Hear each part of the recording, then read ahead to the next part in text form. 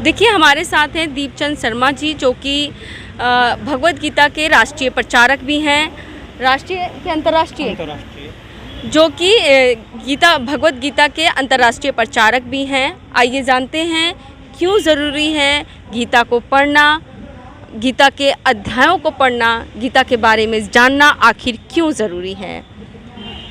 दीपचंद्र जी, गीता को पढ़ना आखिर क्यों ज़रूरी है? भगवत गीता को लोग क्यों पढ़ें? क्या प्राप्ति होगी गीता पढ़ने से? क्या मिलेगा उन्हें? क्या ज्ञान मिलेगा? गीता पढ़ने से व्यक्ति अच्छा बनेगा।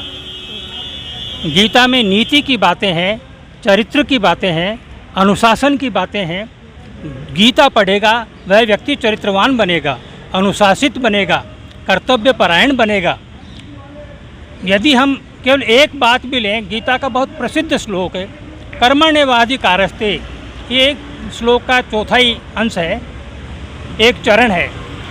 कर्मण्येवाधिकारस्ते मतलब अपने कर्तव्य का पालन करना, यही मनुष्य का अधिकार है और कोई अधिकार है ही नहीं।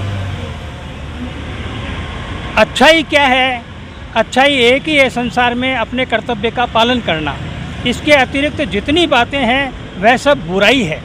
तो गीता हमें ये सिखाती है कि अच्छाई क्या है और अच्छाई में हम कैसे अच्छाई ग्रहण करें, बुराई क्या है, बुराइयों से कैसे बचें। गीता हमें नियमित दिनचर्या सिखाती है। गीता कहती है कि नियम का पालन करना ही अपना कर्तव्य है। जैसे कोई व्यक्ति ये नियम बनाए कि मैं सुबह 5 बजे उठूँगा, तो 5 बजे उठना ही उसका कर्तव्य है और यह अच्छी बात है।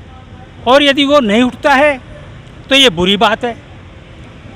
तो अपने नियम का उसने पालन किया तो वह अच्छा व्यक्ति है।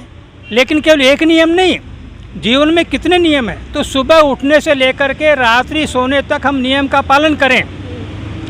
ध्यान रखें, जैसे सूर्य है, चंद्रमा है, पृथ्वी है, ये सब नियम से चलते हैं। एक क्षण भी यदि ये नियम तोड़ दें, इनकी जो गति है, जिस कोण पर इनको घूमना है, जिस स्पीड से घूमना है, एक क्षण के लिए भी यदि कोई गड़बड़ कर दे तो प्रलय हो जाएगी।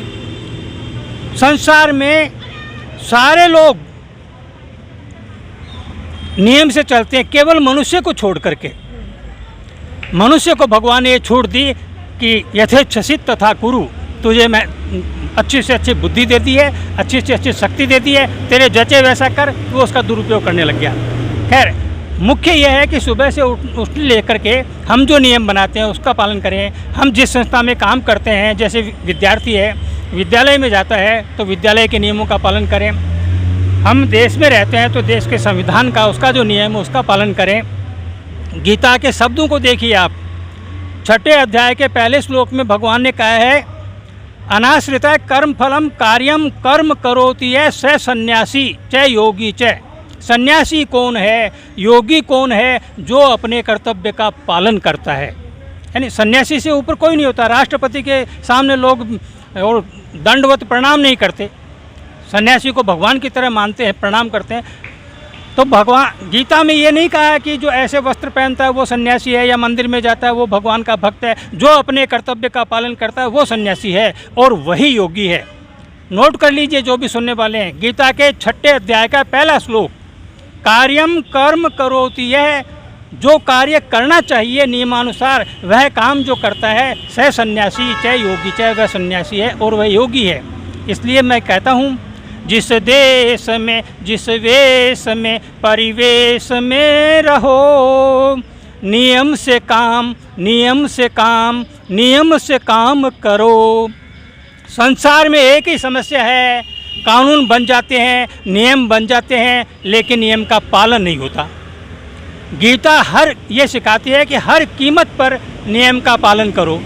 और बहुत सी बातें हैं, लेकिन ये एक बात भी हम समझ लें इसको, तो कहीं ना कहीं गीता कर्म योगी भी बनाती है। गीता का संदेश यही है कि कर्म योगी बनो, अपने कर्तव्य का पालन करो, नियमानुसार जो कर्तव्य है उसका पालन करो।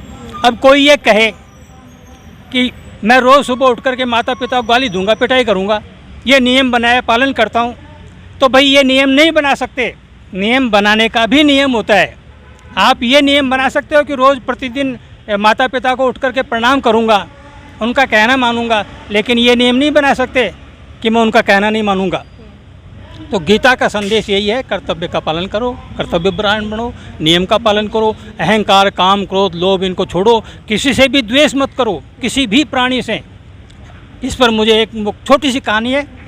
एक व्यक्ति ने तपस्या की, भगवान खुश हो गए। भगवान ने कहा वरदान मांगो, तुम जो मांगोगे तुम्हारे पड़ोसी को भी मिल जाएगा, डबल मिलेगा, ताकि वो भी तेरा गुणगान करेंगे, और देखो ये अच्छा आदमी हमारे यहाँ है, हमारा भी कल्याण हो गया।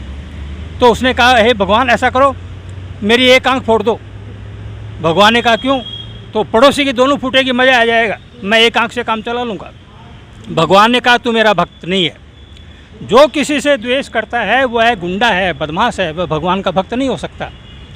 तो गीता के 12वें अध्याय में ये कहा है, अच्छे व्यक्ति के लक्षण बताए हैं, भक्त के लक्षण बताए हैं। अद्वेष्टा।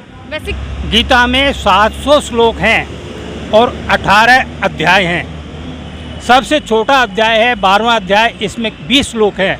हनुमान चालीसा का पाठ जितनी देर में करते हैं उतनी देर में इसका पाठ कर सकते हैं। 15वें अध्याय में भी 20 श्लोक है, लेकिन उसमें कुछ श्लोक बड़े हैं, तो उसमें कुछ सेकंड का समय ज़्यादा लग सकता है। आप अपने पास हमेशा गीता रखते हैं? हाँ जी।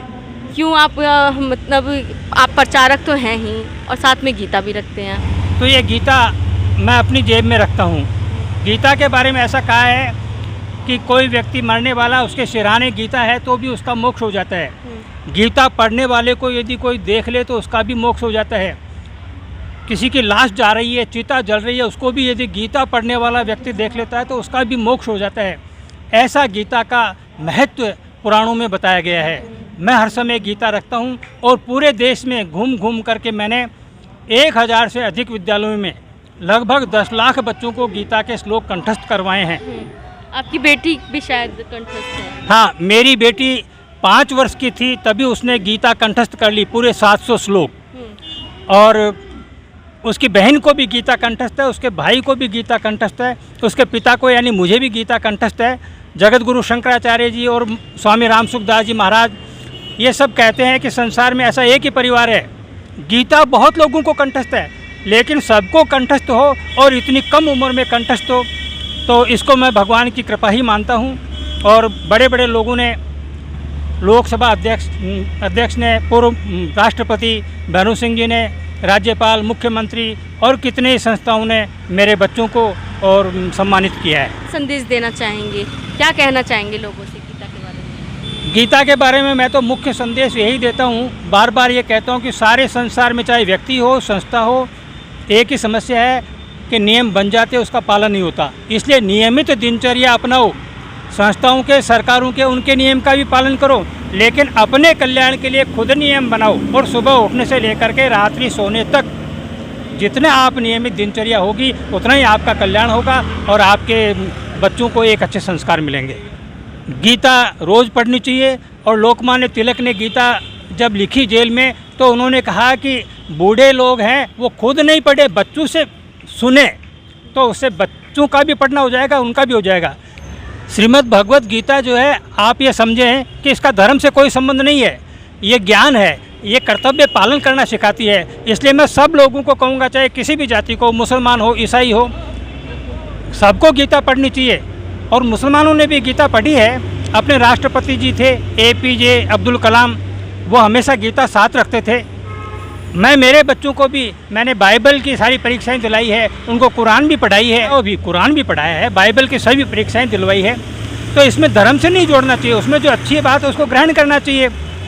इसलिए मैं ये कहूँगा गीता सब लोग पढ़ें और देखें उसमें क्या, आपको खुद को पता चल जाएगा, अपने जीवन की समस्याओं का हल उसमें मिलेगा। मैनेजमेंट के लिए गीता से श्रेष्ठ कोई ग्रंथ नहीं है।